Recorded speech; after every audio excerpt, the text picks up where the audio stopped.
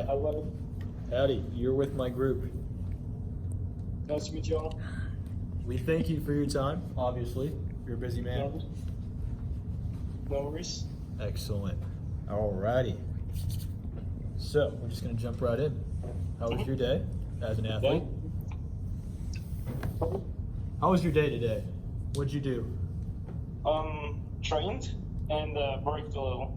Tell me a little bit more about your training session this morning. So we started around 6:30. We ran an hour and something, like 10 miles. And after that, we did some strides. So it's like strides are like 6 times 20 seconds hard with like, I don't know, it was like 30 seconds easy, but it was like how we feel. And then we went to a weight room. We did like 45 minutes of weights. And then I had breakfast and treatment session, which was like, I have some IT band issues, so we usually do some treatment for that. Awesome. And then, yeah, that was my first session. And then after work, I went for 45 minutes of swimming. Oh my God, you're crazy. And yeah, Tell me about your diet. that was my morning. I usually just try to eat healthy, which means like I try to have high protein and try to avoid fast foods. I love bread, so I eat bread. Nice. We all do. And just sure. Just try to avoid like unnecessary sugar. But I'm definitely not that good with ice cream. So that's your cheat meal. For sure. What's your favorite flavor of ice cream? Vanilla, because Same. it's simple, but I can add a lot of stuff. Like I love to add blueberries or some chocolate chips or something like that. But I can do it whatever I want. Awesome. So I know you recently just got done with your I guess your rehab, or out of the actual you can't compete stage of your injury. Tell me a bit more about that. Yeah, so my knee flared out, like my ATBM flared up, so I couldn't run for a while, which meant that instead of running, I would just usually cross train twice a day, which is like on the elliptical or swimming or cycling, whatever. And I usually just try to around have the same amount of working hours as we would have with running, which not exactly correlates with what actually we train, but it's probably the best we can do. Usually we cross train a little bit longer than we actually run. Oh, wow. And yeah, and so I just did a lot of treatment during that time, usually like twice a day, maybe 30 minutes to an hour, plus additional strengthening exercises on the side, maybe 2 to 3 times a day. Wow. All right, I'm going to ask you a few questions. Go in depth with it. Let's have a little conversation. Okay. So the first question is, where does your passion for cross country come from? I like the nature a lot. I like to be outside. Then I like competing. I love to race other guys and see who is better. And just the whole fight, man against man, is really cool because there is nothing, like the shoes is the only technical thing we have, and that's pretty much it. You know, it's just man against man. And I just like the training a lot too, because we just spend a lot of time running in nature outside, and the only way to be actually good is just if you commit to 24 hours to that sport, and that's kind of interesting. You become that sport, in a sense. Yeah, you have to live the sport. You don't have a chance to race on that level if you don't. Wow. Beautiful stuff. So, has there ever been a time where you considered cheating? Do you do it? Why or why not? An example would be tripping your opponent during a meet or elbowing somebody. Well, the thing is, I wouldn't consider elbowing cheating yet, because you know, we are in a course, like we race on side by side, and like for example, this weekend our race had like 310 guys in the race, and you just need to make yourself a little bit space if you wanna be able to run, you know. Your proper form. well, just if you want to make the turn, like if like 300 guys try to go into the first 90-degree turn, like it's usually not that easy, Right. So it's not that you do not like intentionally, you don't punch anyone, but like just like push a little bit so you get enough space.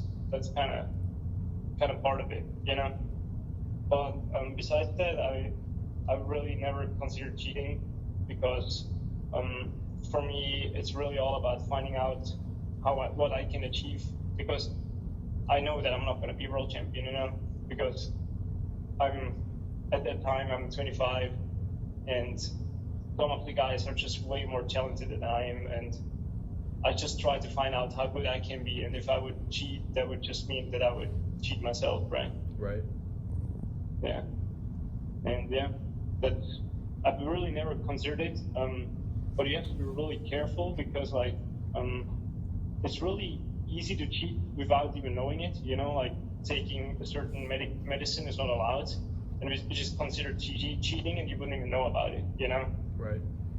And so you really have to, like I have an app on my phone to make sure that the medicine I take is always legal. And there's like, for example, if you have flu or so, like some medicine is not allowed. So I just have to take something else. Oh my. So, third question would be, how does the sport differ in Sweden as opposed to the United States? From Switzerland? Switzerland, sorry. Here it's just way bigger. Back home, it's like at nationals, there are maybe like 50 guys racing or so. Here, at every random race, there are like 400 guys. And so the level is higher and the level is more dense. So there are more guys within a certain time span, it's way more competitive. From the culture, I would say it's the athletes who do it are more passionate back home because they don't get as much support because we don't have high school running or something like that. Right. So if you want to run, you really love running. And here a lot of guys just come out of high school and they're like, they just never did anything else but running. So they just keep on going without even realizing if they like it or not. They're just used to it. Exactly, yeah. So how has being a part of the UNT cross country team allowed you to integrate to the American culture? I have a lot of guys who just grew up here. So right now we're 2 international guys and the other 12 guys are all from Texas. So I had the chance to go to Thanksgiving from back home with some friend, and I always hang around. Like my 3 roommates are Texan, so I get to see a lot of it, and it's quite cool. Like I went to rodeos, I went to the state fair, and saw everything which Dallas or Texas offers so far. I think some road trips too. Yeah. I like that. All right. Have you ever experienced any injuries? Of course you have. That affected your running? Did the injury have a significant impact on your psyche? Yeah, I had a lot of injuries, I think. But it's just, kind of part of the game. Because you try to find your max, and sometimes you just get a little bit overexcited, and so you hurt yourself. Over time, I definitely got really nervous when something new flares up, and I don't know how it is. Like dealing with Achilles tendonitis, for example, is not that hard anymore because I know how it feels like. Right. But if I feel something new, which I never experienced, it could just happen that I get really nervous about it and then stressed about it for a few days if it doesn't go away. But luckily we have sports psych here.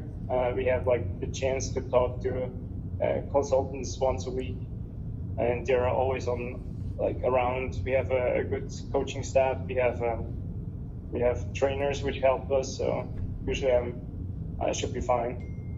But, yeah. Heck yeah, man. Have you ever experienced burnout? If so, how have you overcome it? Oh, geez, I can't read.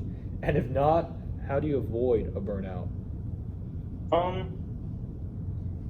I think there's often at the end of the season, it could feel like a burnout a little bit. Maybe you just train hard for a long time, but I've never really experienced that I I hated to go for a run, you know, like I think, and I'm running now since like 10, 12 years, and I've never had like a day where I was like, oh shit, I don't want to go and train, because I just love doing it, you know. It's your passion. And exactly, I'm really passionate about it, so it's always a pleasure to go and run. But it just helps me sometimes to go to a place where there is just some calm. So I went this summer, for example, I went to St. Moritz. It's like a mountain village in Switzerland, and up there are only rich people and runners somehow. So it's like really, like runners are not rich, but somehow it just ended up like that. And so we spent up there, we were like 4 weeks up there, and we just trained, and we didn't do anything else. We didn't have any stress. We just, like, we ran like 90 to 100 miles a week and just enjoyed the nice nature and the company with some passionate other runners. And I think that helps me a lot to slow down, kind of, despite running the most mileage in the whole year. Wow. It's your happy place. Exactly. So you said something about running is your passion. Has competing ever changed your viewpoint on running? Oh, sorry, I didn't understand that. So running is your passion, and has competing changed your view on running? For me, competing was always part of it, because I came into the sport through competition. You know, I like my first like 3-4 years, I kind of only did competition and no training, because it was just like part of the track. I was part of the track team and just did it for fun, you know. Right. But I think seeing like the world championships and stuff definitely changed the view of running, because I always thought in the beginning that like it's easy to go to worlds and stuff like that, you know. And now, being in the sport for a while, I started to understand how much it actually takes to get there, and how much luck you also need to have, and how much talent. That it definitely changed my perspective on running. Yeah. Do you think you'll continue running for the rest of your life?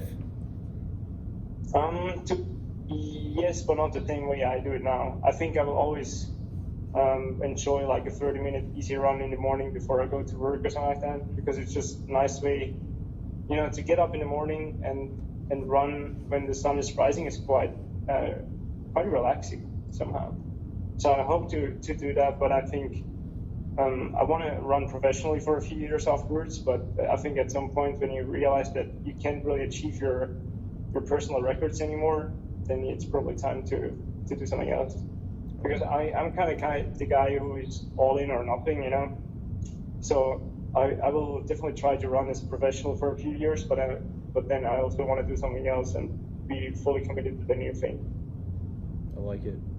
Do you think there's a gender bias in cross country?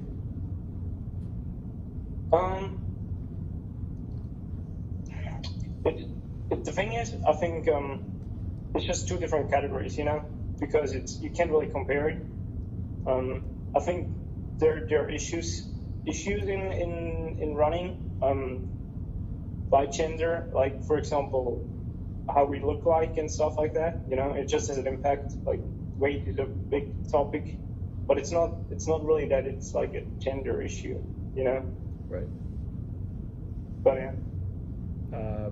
Did your parents play an influence on you becoming a collegiate athlete? If so, how did they play a role? For me, not really, because they didn't know that college running exists in the US. They had no idea about it. They were not really involved in running before I started running, so they have no idea what's going on. And they also, I think they would have appreciated if I would have stayed at home, you know. Right. But they know that I really want to do it, and they helped me a lot. As I decided to go, they helped me a lot that I can actually do it. You know, like help me with paperwork and everything. You're very thankful for that dedication they put in. Definitely. And still now, like, they support me that I actually can pay my bills and everything. Heck yeah. All right. What can be done to improve the spectator turnout at the events? Both in college level and I would say in, I guess, world championship level. Yeah, I think we have to switch from the raw like competition aspect to more entertainment. Like for example, they did a really good job in the. I'm not sure if you saw it at the World Championships this week, and they had 400 meters. They had like a light show before the start, and stuff like that kind of has to be more integrated, I think, because running itself, like I know how running looks like from the outside. It's quite boring, especially like when you're not like fully involved with the people who are racing. And so I think there needs to be incentive to watch. Yeah, exactly. Like, for example, NASCAR is doing a really good job because if you sit and watch the race, it's quite boring to watch. But with all the stats and everything, it kind of gets quite exciting when you watch it on TV. You know, it becomes a true spectator sport. Well, yeah, I think that would be possible with running too. But yeah, all right. Maybe like a team aspect, a bit more like how we have in college running, but more professional running as well. I don't know. So spectators could have passion for the runners or the running teams. Yeah, exactly. Like how it's with soccer or some other sports, you know, because like one runner usually like has like 4 or 5 good years and then he's done, you know. And to really build like a connection to that athlete is really hard. But if you have a team who has runners in it, that would be easier, I think. It leaves a legacy. Exactly. Yeah. The last question of the day. Yeah. Does pineapple belong on pizza? Yes. Oh. For sure. I like it. Yeah. Thank you for your time, Mr. Florian. It's been wonderful. Yeah. We all appreciate you.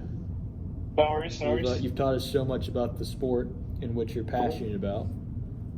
Thanks. Best of Keep luck. on working hard. Yes, sir. Yeah. All Right. right. See you all. I'll talk to you soon. Yeah, see you. Ciao.